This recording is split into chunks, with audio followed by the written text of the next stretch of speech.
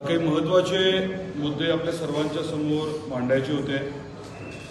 आपल्याला कल्पना आहे की भारतीय जनता पार्टीने धाराशिव शहरातल्या प्रत्येक घरामध्ये आवर्जून भेट देण्याचा कार्यक्रम केला होता आणि या डोर टू डोर कॅम्पेनच्या माध्यमातून आम्ही नागरिकांबरोबर बसून चर्चा केली होती।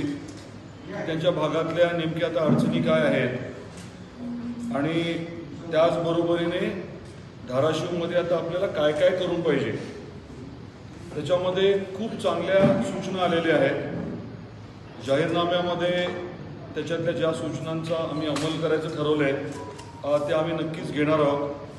परंतु कॉमन काही गोष्टी आल्या, काही गोष्टी, काही मुद्दे असे आहेत की जे सर्वदूर लोक अपेक्षा व्यक्त करत आहेत। असे 5 मुद्दे आज मी आपल्यासमोर मांडणार आहोत आणि ह्या 5 विषयांच्या बद्दल भारतीय जनता पार्टी म्हणून आम्ही कटिबद्ध आहोत।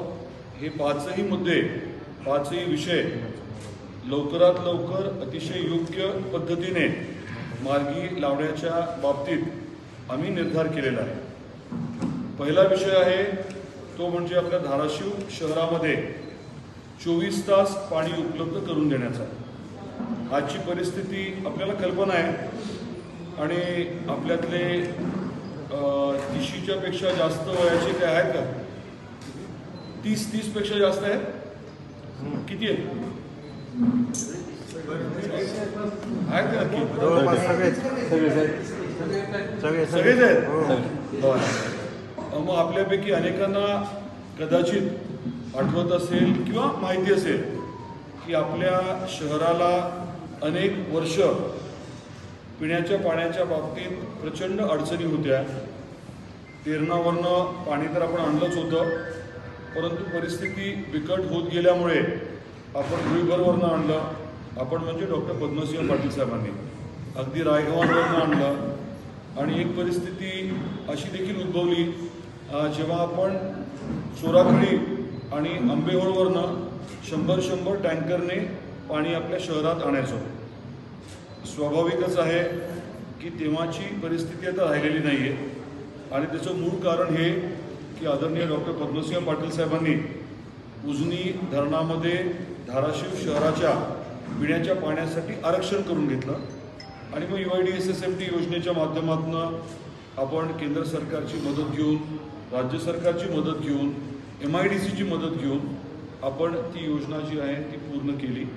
आज पाणी येते ते तिथनं येते, परंतु त्याच्याच बरोबरीने आपण इतर काही पाणी पुरवठ्याच्या योजनांच्या बद्दल आत्ता नियोजन केलेलं आहे आणि त्या नियोजनाच्या बद्दल जास्त माहिती न देता आज मी इतकंच आपल्याला सांगणार आहे की येणाऱ्या नजीकच्या काळामध्ये धाराशिव शहर जिथे 100 टँकरने 20-30 किलोमीटरवरनं पाणी आणावं लागत होतं, त्या शहराला दररोज 24 तास पाणी देण्याच्या बाबतीतला निर्धार जो आहे तो भारतीय जनता पार्टीने केलेला आहे। हा पहिला मुद्दा।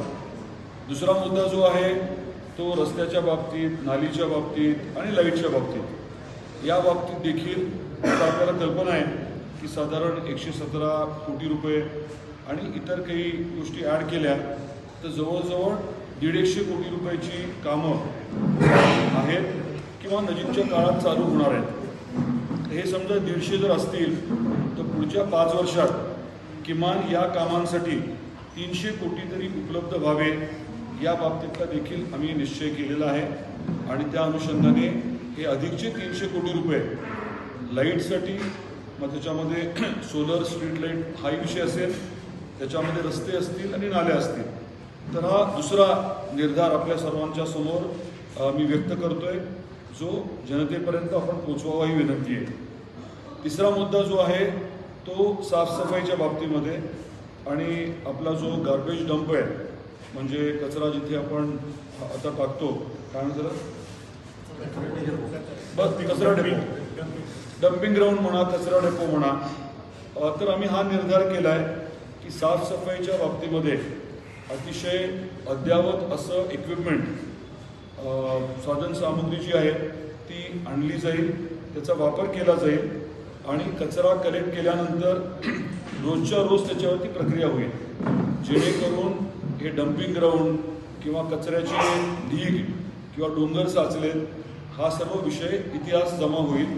हा आमचा तिसरा निर्धार आहे. चौथा विषय असा आहे ज्याच्याबद्दल मी काही महिन्यांपूर्वी बोललो होतो आणि आपण त्याच्याबद्दल काही प्रमाणात कृती देखील केली आहे. 4-4 कोटीचे 2 बगीचे आपण साधारण आपल्या शहरामध्ये मंजूर करून घेतलेत. आता नमो उद्यानच्या माध्यमातून 1 कोटीचा अजून एक बगीचा होतोय.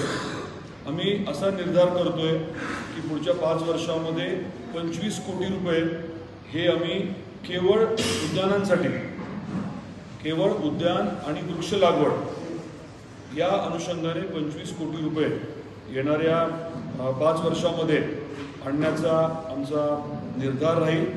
आणि धाराशिव शहर हे मुबलक पाणी आणि मोठ्या प्रमाणात बगीचे असलेलं शहर करण्याचा आम्ही निश्चय केलेला आहे. 5वा मुद्दा जो आहे तो आपल्या प्रशासनाच्या बाबतीमध्ये गेल्या काही वर्षांमध्ये आपण बघितलं प्रशासन कशा पद्धतीने चालवलं गेलं. आता असं ठरवलं आहे की पूर्णपणे पारदर्शकता आणली जाईल नगर परिषदेच्या कामकाजामध्ये. भ्रष्टाचार मुक्त आणि पारदर्शक एफिशियंट असं ॲडमिनिस्ट्रेशन करण्याचं आम्ही ठरवलं आहे. त्यासाठी तंत्रज्ञानाचा वापर करायचा आणि आदरणीय मुख्यमंत्री देवेंद्रजी फडणवीस साहेब हे जे तंत्रज्ञान वापरत आहेत आपल्या राज्य सरकारला अजून गतिमान आणि पीपल फ्रेंडली करण्यासाठी, तर ते सर्व तंत्रज्ञान अगदी व्हॉट्सॲपवरती अर्ज करता यावे, व्हॉट्सॲपच्या माध्यमातून डॉक्युमेंट्स अपलोड करता यावे, नगर परिषदेमध्ये आम नागरिकाला यायची वेळच पडू नये, शक्यतो यायची वेळच पडू नये. घरी बसल्या बसल्या, ऑफिसमध्ये बसल्या बसल्या त्यांनी त्यांची अडचण व्हॉट्सॲपच्या माध्यमातून मांडावी आणि ती सोडवली जावी. अशा प्रकारचं प्रशासन तिथे उपलब्ध करून देण्याचा देखील आमचा निर्धार आहे. हे 5 मुद्दे जे आहेत त्याच्याबद्दल आम्ही कटिबद्ध वचनबद्ध राहणार आहोत आणि आपल्या माध्यमातून जनतेपर्यंत हे 5 विषय पोचवण्याच्या अनुषंगाने आजची ही पत्रकार परिषद आहे. प्रत्येक विषयाच्या साठी लागणारा निधी उपलब्ध करून देण्याची आमच्यामध्ये क्षमता आहे. आम्ही जे काही आधी काम केलेलं आहे तो इतिहास आहे की उजनीवरनं पाणी आपण आणलं. हा इतिहास आहे की आपण अनेक इथे नवीन गोष्टी करण्यासाठी जे काही लागतं, मग आता रेल्वेचा मुद्दा असेल किंवा कौडगाव आणि आपल्या वडगावच्या MIDCचा मुद्दा असेल, आपल्या मेडिकल कॉलेजचा मुद्दा असेल किंवा आपल्या नवीन सिव्हिल हॉस्पिटलचा मुद्दा असेल. आता ITIला आपण जे 50-60 कोटी रुपये उपलब्ध करून देणार आहोत तो मुद्दा असेल. जे काही आपल्या शहराच्या विकासासाठी, सर्वांगीण विकासासाठी लागणार आहे ते सर्व उपलब्ध करून देण्याचं आमचं नियोजन आहे. आणि फक्त नियोजन नाही तर अनेक बाबतीत आम्ही कृती केलेली आहे. आणि क्षमतेच्या बाबतीमध्ये आम्हाला पूर्ण कॉन्फिडन्स असल्यामुळे आम्ही हे 5 मुद्दे आपल्यासमोर मांडतो. काही प्रश्न असतील तर जरूर आपण विचारावे. इथली मुहूर्त अजून नाही काढलेला, मुहूर्त काढला की नक्की कळवेल, पण लवकरात लवकर करणार. त्याचं तंत्रज्ञान जे वापरायचं आहे ते आपण सुनिश्चित केले.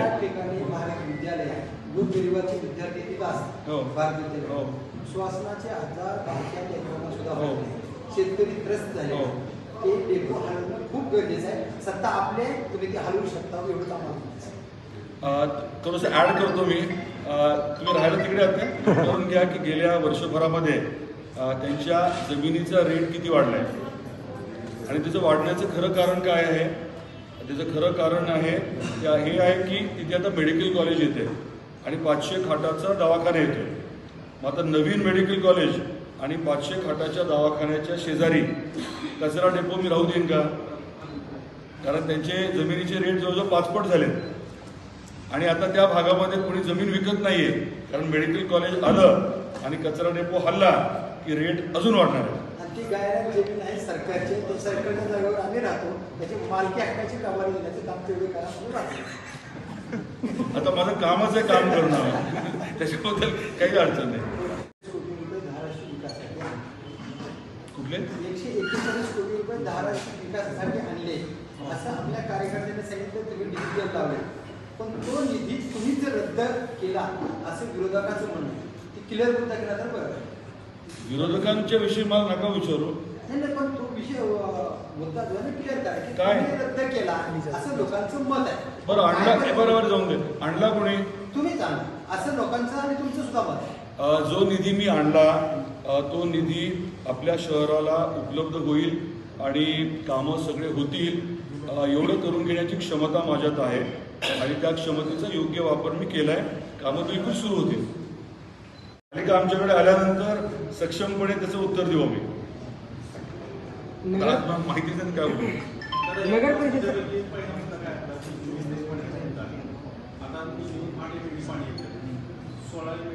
8 नाही 12 येतं. 16 यायला हवं पण 12 येतं.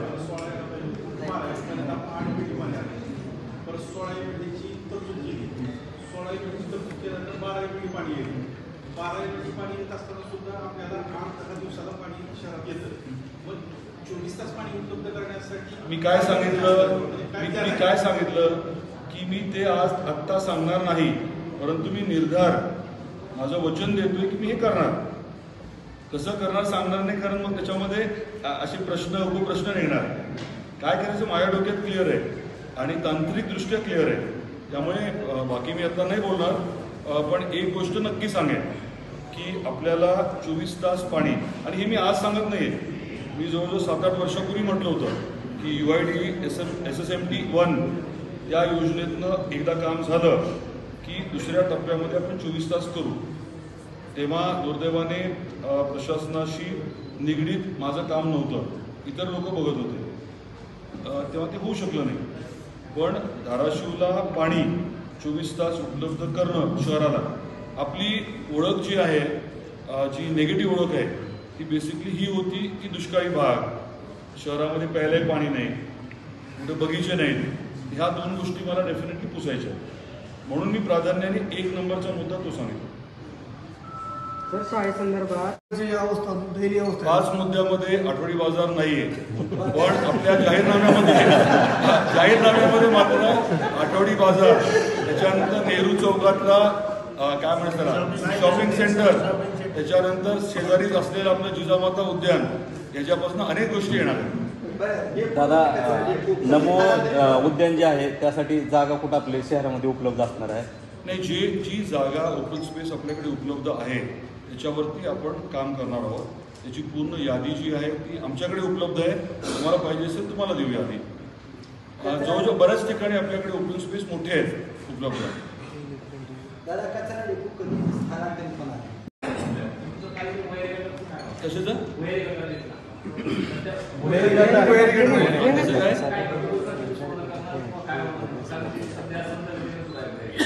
भुयारी गटार योजना ही संपवण्याची म्हणजे पूर्ण करण्याची जबाबदारी जी आहे ती आम्ही स्वीकारली आहे.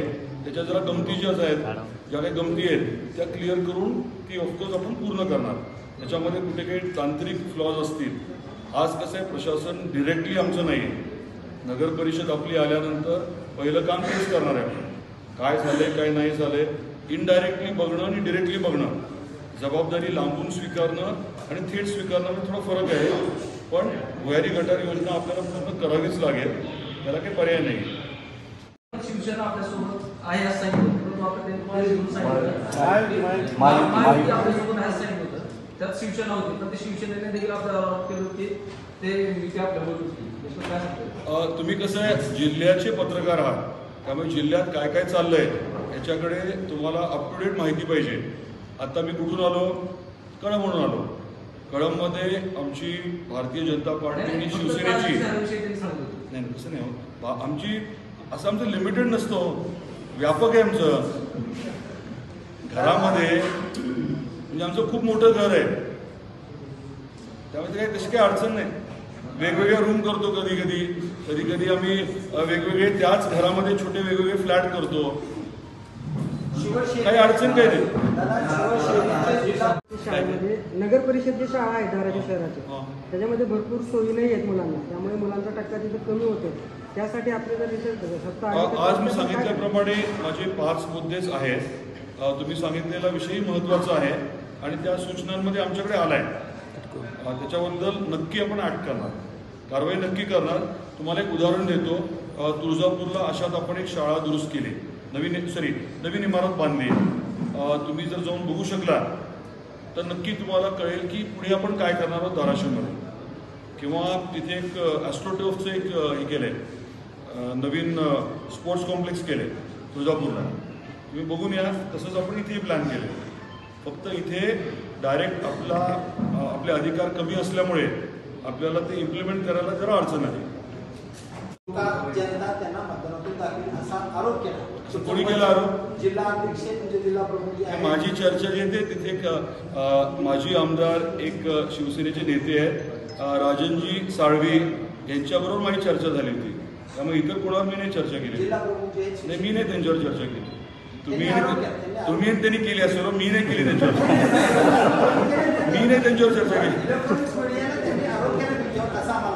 कसं आहे, आता सगळे पत्रकार एक आहेत का? तुम्ही आता निळं जॅकेट घालून आलाय, इतर कुणी निळं जॅकेट घातलंय का? यांनी काहीतरी हिरवं घातलंय. व्हॉइस ऑफ मीडियाचा आहे. काय? व्हॉइस ऑफ मीडियाचा आहे. व्हॉइस ऑफ मीडियाचं घातलंय. असं असतं ना. आत्ताचा जो काही कचरा आहे त्याची विल्हेवाट लावणं ही तर प्रायोरिटी आहेच, पण त्याच्या पलीकडे जाऊन मी जे सांगतोय ते वेगळं आहे. माझं म्हणणं असं आहे की रोजच्या रोज जो काही कचरा उचलला जाईल तुळजापूर शहर आणि धाराशिव शहराचा, तो दोन्ही एकत्रित केला जाईल. एकत्रित म्हणजे एका ठिकाणी आणला जाईल, सेग्रिगेट केला जाईल आणि त्याच्यावरती दैनंदिन प्रक्रिया केली जाईल, जेणेकरून कचऱ्याचे डोंगर धाराशिवलाही नसणार आणि तुळजापूरलाही नसणार. पारदर्शक कारभारासंदर्भात बोलला तर आतापर्यंत आरोप झाले, चौकशी सुरू आहे, त्याच्यावर काय? त्याबद्दल मी काही कशाला बोलायचं काही. म्हणजे माझं म्हणणं काय आहे की ही निवडणूक जी आहे ती आपण विकासावरती नेऊया. आम्ही काय केलंय आणि आम्ही काय करणार आहोत. आज केंद्रात राज्यात आपली सत्ता आहे. गेल्या 4-5 वर्षामध्ये अनेक कामं आपण ॲक्च्युली केलेली आहेत, मंजूर केली आहेत, फिजिकली चालू आहेत आणि पुढे तर अजून गतिमान इथे आपल्याला विकास बघायला मिळेल, हा आमचा शब्द आहे. त्या अनुषंगाने मी बोलतोय. हे निगेटिव्ह गोष्टी वगैरेमध्ये नको वेळ घालवायचा, असं माझी आपल्याला विनंती आहे.